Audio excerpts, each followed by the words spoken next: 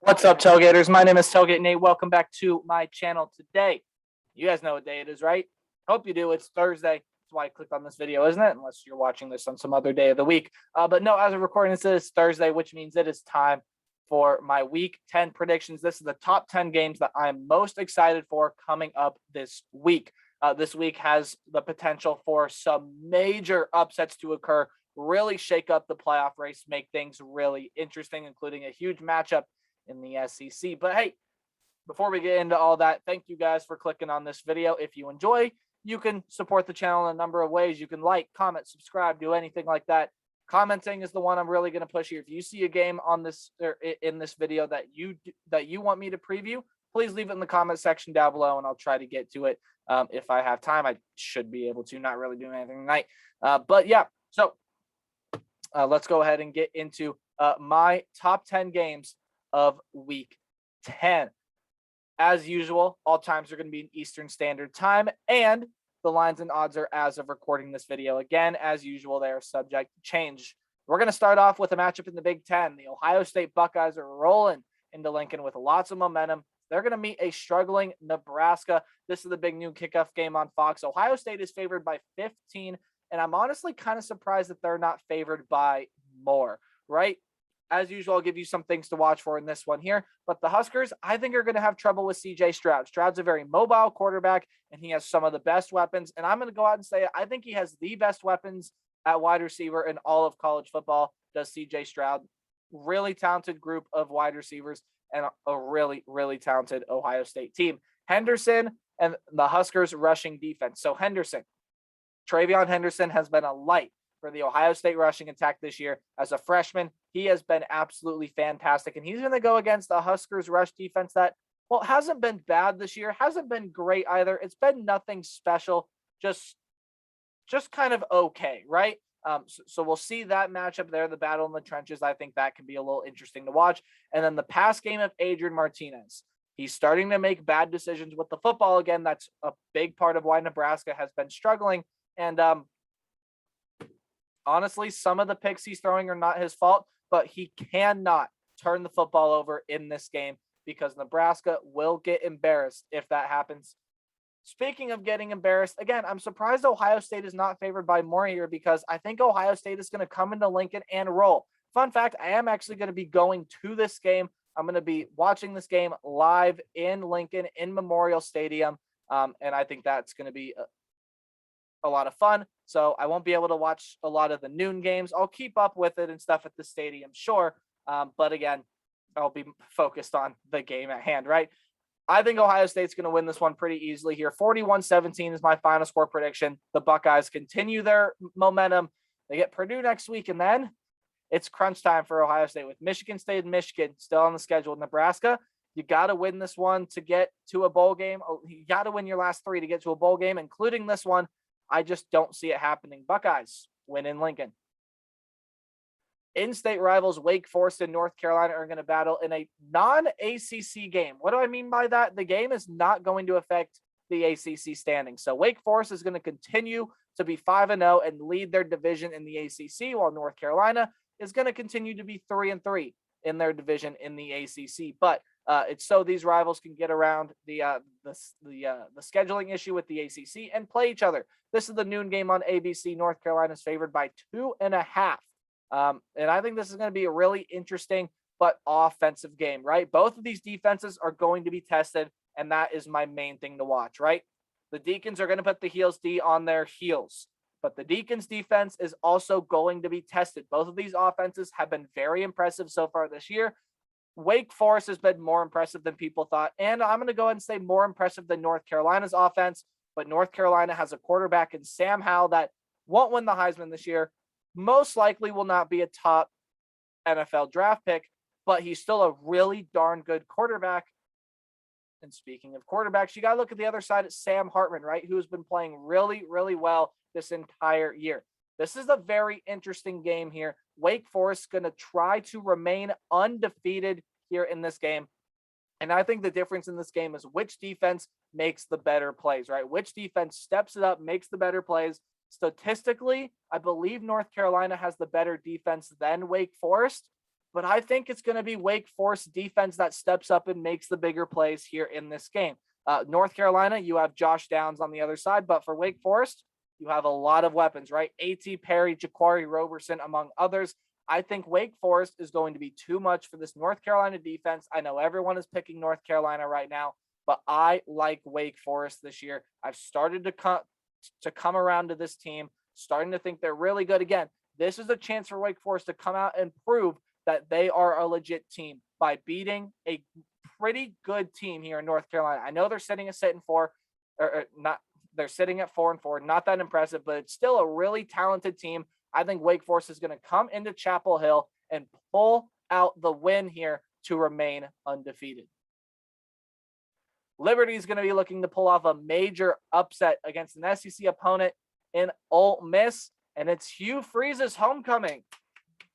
Welcome back to Oxford, Hugh Freeze, the place where he was born and raised, and he's going to be facing his Ole Miss Rebels. Ole Miss was his favorite team growing up. Going to be facing them now. This is the noon game on the SEC Network. Ole Miss is favored by 9.5, with the over-under being 67. So not as many points expected in this game as usual. Usually in an Ole Miss game, the over and under is upwards of 70, 80, right?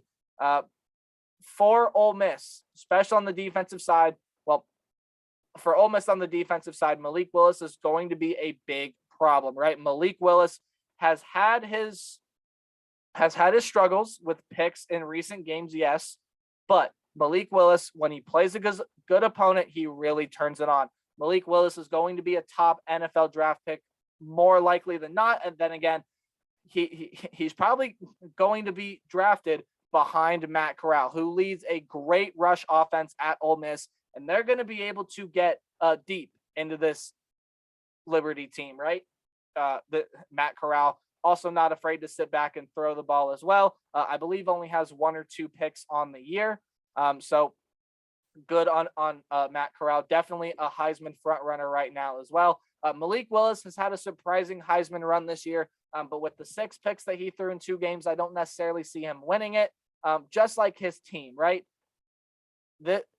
This team in Liberty is a great team, a really good team. But Ole Miss is playing some really good football right now. I know they didn't look the best against Auburn, but against this Liberty team here, I don't see Ole Miss dropping this game. But I do see this game being very close. Liberty, I think, scores 31. That's a very respectable number against Ole Miss. Ole Miss is going to have to prove again that this defense has gotten a lot better in this game. Didn't prove that against Auburn. Their defense couldn't do enough.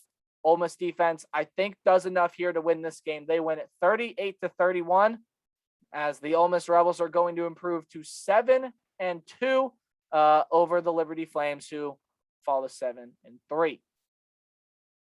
Michigan State. Ooh, what about this for a game, huh? Michigan State, the newly number 3 ranked team in the nation, going to be looking to stay unbeaten as they face off with a feisty Purdue team. This is the 3:30 game on ABC. Michigan State is favored by 3 points with the over and under being 53. Look, Michigan State, this offense has played really good all year. And look at the second bullet point. Kenneth Walker is a Heisman contender, or at least he should be talked about like one, right? I think Kenneth Walker is that good. You look at how he's playing this year, just unbelievable how good Kenneth Walker has been in this game. But this Michigan State defense, while it's played well at times, over the course of the season, it is not great. In fact, it is one of the worst in the nation at defending the pass, which is Purdue's forte on the offensive end. The Boilermakers, quarterbacks, and wide receivers are huge threats, especially when you pair up Aiden O'Connell and David Bell. David Bell, period, is just going to be a huge factor to watch in this game. He does almost everything for Purdue. Not as versatile as Rondale Moore, but still a very, very good wide receiver, an all-American wide receiver for sure. He had a really good performance against the Iowa Hawkeyes. Also had a good performance against Nebraska this past weekend as well. And Purdue going to be looking to get off that momentum, right? They had lost to Wisconsin. Well, again, you see Wisconsin in the top 25 poll for the playoff rankings right now. But they're able to come out, beat Nebraska, a pretty decent team there. So Purdue starting to gain back momentum. They've already pulled off one top 2 upset this year, and that was on the road. So imagine what this game is going to be here like at home for Purdue. Michigan State is the 3-point favorite. And I think as they should be, right? Michigan State, some are going to argue they haven't played anyone. Well, when you look, their best win outside of Michigan is probably Miami. And at the time, Miami was not playing great football. What I think is going to win this game here for these teams is turnovers and big plays, not just on the offensive end, but on the defensive end as well. And Purdue doesn't boast a horribly great defense either. I think Kenneth Walker is the story in this game. I think he goes off, has another great day for Michigan State as Michigan State avoids the upset here in West Lafayette. I think Purdue ends up coming away with the lead when they go into the locker rooms at halftime, but Michigan State finds a way. They battle back just like they had to do last week and win a tight one, 27-23. I'm picking the Spartans to stay unbeaten.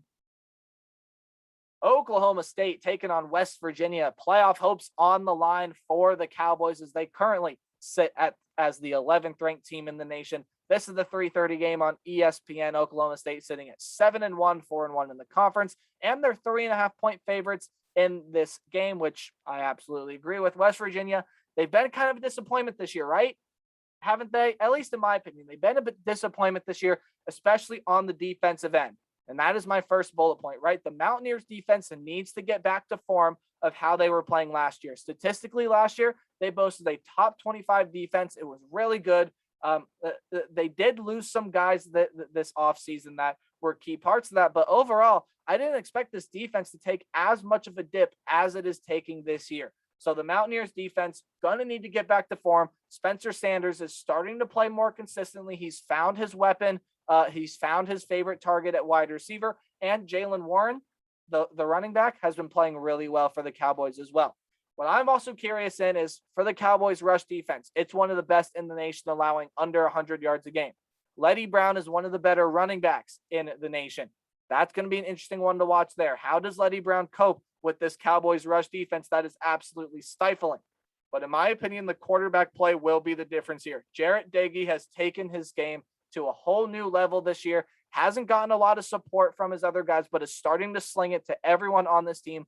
West Virginia coming off momentum from the upset win at Iowa State, but I don't think it's enough. I think Spencer Sanders has a really good game in this one. They hold off West Virginia. I don't think this West Virginia defense, of course, is nearly not as good as last year, and I think that's the huge difference here in this game. Jaylen Warren possibly has a good day. Sanders has a good day here as well. And I think Oklahoma State remains in playoff conversation with a 31-23 win over the West Virginia Mountaineers. We're going to stay in the Big 12 because Baylor is also seeking to remain in playoff conversation, but they're facing a TCU team who is now without Gary Patterson. This should be an interesting one to watch. 3:30 on Fox. Baylor favored by 6.5 as of right now in this game. The Bears rush game momentum. Look, the Bears had a great day on the ground against the Texas Longhorns in that comeback win last week. Smith was able to get some really nice yards, as was Ebner as well.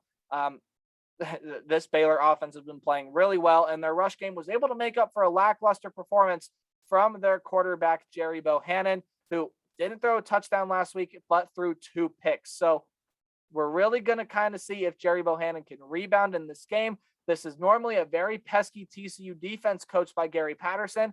Again, I'm intrigued to see what happens when he's not on the sideline, because TCU needs to rebound badly, and they just fired their head coach. Fans probably aren't happy with TCU right now. Obviously, that's why Gary Patterson is gone, right?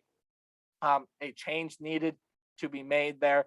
But again, like after 20 years of the same thing, it's going to be hard to change, right? But TCU needs a rebound in this game. But who is going to lead it? Will it be Chandler Morris or will it be Max Duggan? Morris has been talked about, like maybe he'll start. He was a transfer from Oklahoma this year to possibly play against the Baylor Bears in this game. So that's an interesting one. Who starts at quarterback for TCU? Honestly, I don't think it matters. I think TCU is competitive in this game for most of it, but in the end, Baylor pulls away. Pretty defensive one here as well. I got the Baylor Bears winning 28-20 on the road to also keep their playoff hopes alive. Okay, playoff hopes possibly on the line here, but again, it's not as likely as some of the other ones. But the 13th and 14th ranked teams in the nation are going to be battling in a top 15 collision, and it's the only ranked versus ranked matchup of the week. Surprise game day didn't go here. Game day actually went to Tulsa, Cincinnati, a game that you're not going to see on this list. Give me the Bearcats, 3:30 on CBS. Texas A&M is the 4.5-point favorite, but you guys know how much I like this Auburn team. Can Bo Nix keep this hot streak going? Look, Bo Nix is red hot right now. He's been playing with some fire. He has been playing absolutely fantastic.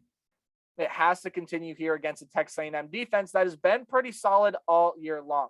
And speaking of quarterbacks, Calzada needs to come alive again. If Zach Calzada and the Aggies are going to want to win this game, Calzada has to have another big day like he did in the upset win against the Alabama Crimson Tide, right? He has to have a big day in order for Texas A&M to win this game. But both teams, I think, are going to be able to run the football. The Aggies more so than the Tigers because, again, just because of the way these two teams play the run on the defensive end. So at the end of the day, I think Texas A&M has more rushing yards, but I think Auburn has more total yards and in the end, more points. I think Auburn is going to come in to Kyle Field and win this game. 28-27 is your final score. I think Auburn's going to come into Kyle Field here, win this game. Bo Nix has just been red hot. I think Auburn does just enough to keep their SEC championship hopes alive, beats Texas A&M in Kyle Field, and Bo Nix continues to play red hot. Mississippi State and Arkansas battle in an interesting SEC West matchup. This one does not have the kind of leverage that the previous matchup did, but still an interesting game to watch this week. 4 o'clock Eastern time on the SEC network as Arkansas, 4.5-point favorites here. Arkansas has dropped their last 3 games in SEC play, but they just beat an FCS team to get back in the win column, get some of that confidence back. Will they push it to a 2-game win streak in this one, or Mississippi State continue this surprise of a season, right? I didn't think Mississippi State was going to be that great this year. Of course, a lot of teams are proving me wrong this year on both sides, right? We've had disappointing teams. We've had great stories. Mississippi State is one of those good stories, but will that continue into this week? The Bulldogs pass game versus the Razorbacks pass defense is going to be something to watch. The Razorbacks are great at defending the pass, one of the best in the nation, but Mississippi State and Rogers love to throw the ball under Mike Leach. You guys know this. A fantastic coach when it comes to the air raid offense, and Mississippi State has the players to execute that. We'll see how Arkansas defends it. But then when you look at the other side, I'm also curious to see how the Bulldogs defend the run. They're not great at defending the run, just like Arkansas isn't. Well, Arkansas is pretty good defending the pass. Mississippi State is actually really good defending the run. I was mixing up things there. I apologize. But no, Mississippi State, one of the best in the nation at defending the run. Let me correct myself. They are one of the best in the nation at defending the run. But Arkansas has been really good on the ground this year as well. So that's going to be an interesting battle to watch in the trenches when the Razorbacks have the ball. KJ Jefferson's magic. He needs to get it back. He was playing so well. At the beginning of the year, and midseason, he just kind of fell off. He's got to start back getting on that climb if Arkansas is going to want to win this game, and I think he does. I think Jefferson has learned some things over the past couple weeks. Again, technically a bye week. Last week, you played an FCS opponent who you blew out. But I think Arkansas gets back in the win column here, wins a huge game, 38-34, I think is your final score. I think more scoring than people expect here in this one, as Arkansas is going to take home the victory, send Mississippi State home with a loss. LSU is going to open up a tough November slate with SEC rival, the Alabama Crimson Tide, 7 o'clock on ESPN. This is the game being broadcasted all over ESPN networks. People are getting really excited for this game.